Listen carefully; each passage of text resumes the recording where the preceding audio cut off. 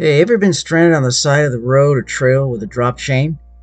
Well, stop wasting precious time. In this video, I'll show you a lightning fast trick that will get your chain back on in seconds. And trust me, you've probably been doing it the hard way all this time. But that's not all.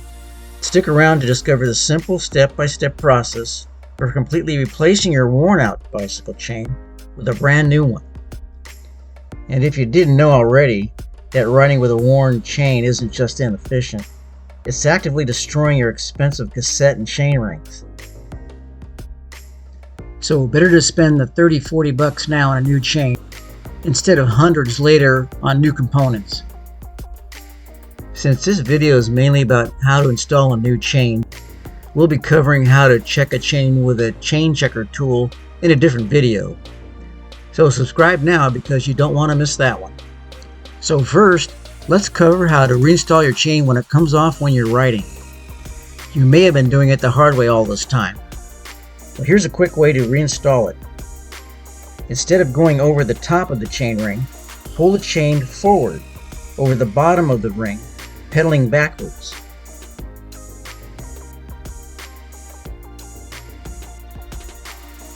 This avoids the awkward maneuver of having to pick the bike up to turn the cranks forward.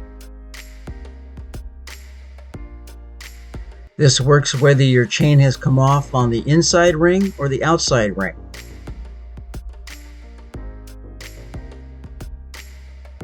After installing your chain, you need to adjust your limit screws.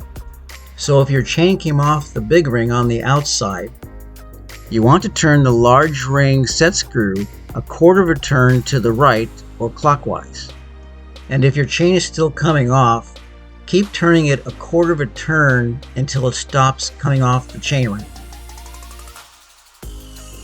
Now this is the same for the small chain ring.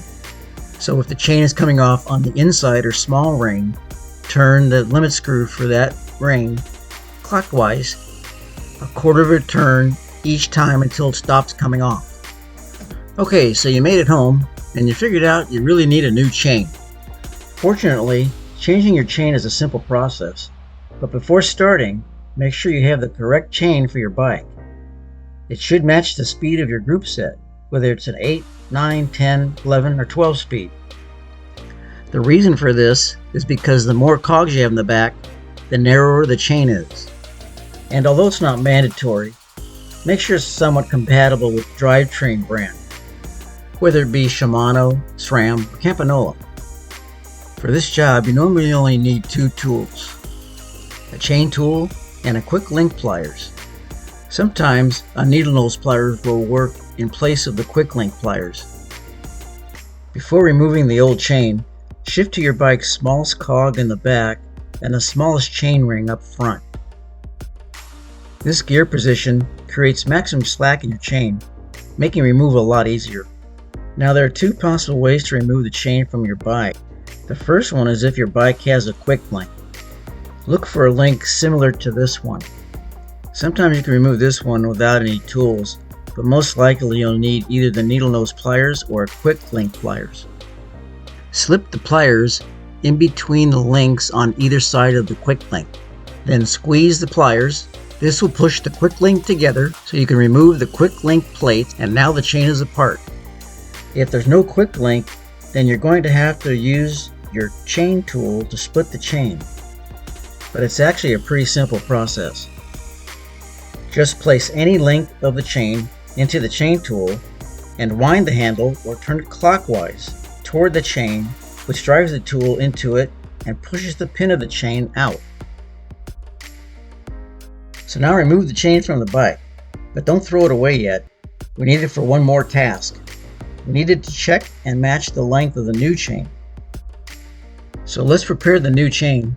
First of all, check your chain to see if it's a directional chain. Some chains like Shimano are directional, meaning they must be installed in the correct orientation on the drivetrain. These chains typically have indicators, such as arrows, showing which direction they should be installed.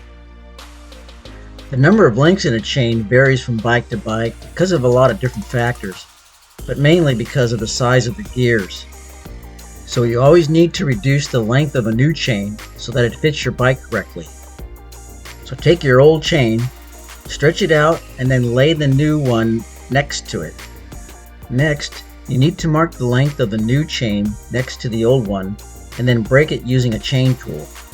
But before pushing the pin all the way out, you need to verify whether you're using a quick link or maybe a specific pin like Shimano's.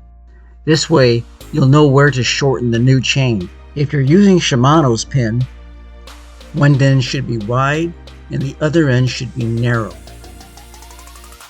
and fit together like this. For those using a quick link to rejoin your chain, you'll need both ends for the chain to be narrow. This ensures the quick link can be properly connected between the two inner plates of the chain. This method is actually quite straightforward, despite how technical it might sound. Now, if for some reason you don't have your own chain for measurement, or if you're changing the size of your cassette or your chain rings up front, you'll need to determine the proper chain length differently. Wrap the chain around the biggest cog at the back and then the big ring at the front by bypassing both derailleurs. Then pull each end tight. Notice what length they match up on.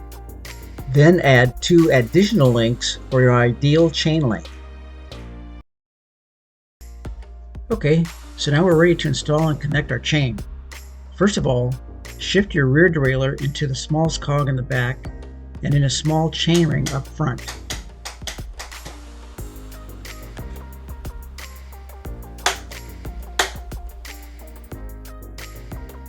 Now wrap the chain around the small chain ring in the front and around the smallest cog in the back.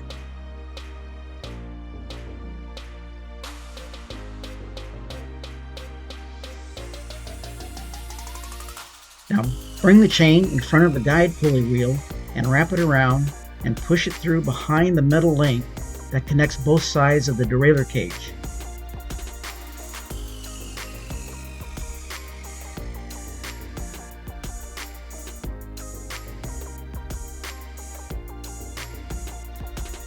That little link is right there. Now your derailleur cage could be a little different, but just make sure that the chain is not rubbing on that little link. Now bring the chain around the lower tension pulley wheel. Make sure the chain's inside any guide structures that might be there. And now we're ready to connect the chain. If it's a Shimano chain, it requires a special joining pin like this one. You start by simply pushing the pointed end into the closed chain, and then take your chain tool and push the actual link into the chain, exposing the guide pin out the other side. When you're first pushing the pin in, it'll feel kind of tight or snug, but just keep driving it in until it's flush or you see the line where the pin is to be snapped off. Then you just snap that off by using a pair of pliers.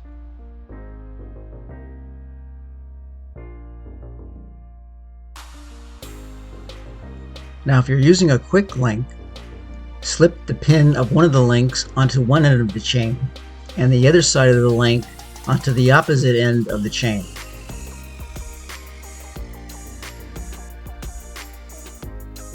Now press the plates onto the pin, pressing the plates tightly against the chain.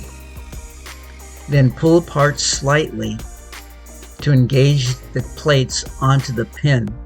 Now use your needle nose pliers or quick link pliers and spread the chain apart, locking the pins into the plates. And there, nothing to it, you're connected. So all in all, it's a pretty simple process. You break the old chain using either a quick link or chain tool. You then measure the new one against the old one for length, or use our special length checking method and reattach the new chain using either a quick link or again the special joining pin. Then make sure to double check before attaching the chain that it is threaded correctly through the derailleurs. So thanks for watching everyone, and please don't forget to like and subscribe and join the ride for more how-to videos and useful bike maintenance tips. See you on the next one.